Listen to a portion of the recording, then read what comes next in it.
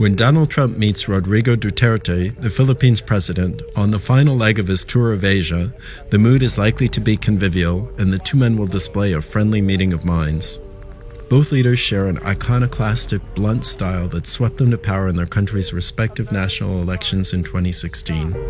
Both are of similar age. Trump is 71 and Duterte is 72. Both support hardline policies on drugs and crime, and both favor spending on infrastructure as an engine of growth. Both believe they are upholding patriotic national values under threat from a globalist elite that is out of touch with ordinary citizens' needs.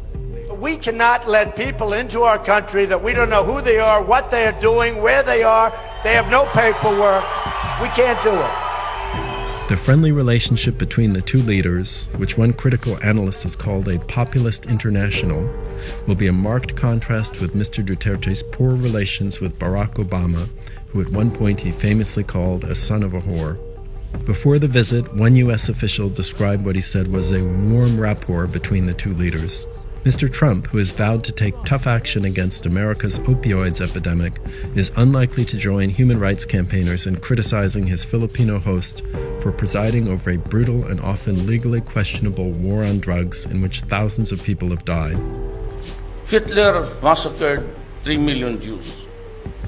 Now, there's a 3 million drug addicts. There are. I'd be happy to slaughter them. Still, there will be some tensions below the surface. While pundits in Manila and Washington study the body language and theatrics of the visit, there's some dead serious bilateral and international issues at stake behind the scenes. Mr. Duterte, for all his affinity with Mr. Trump, has, since taking office, sought to put his country's traditionally close relationship with the U.S. at arm's length to balance its relations with a rising China. Manila and Beijing are in conflict over the South China Sea, where China occupied Scarborough Shoal, a reef in Philippines' territorial waters, in 2012.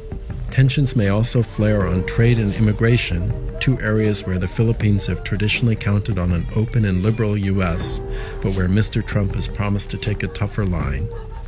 John Reed, Financial Times.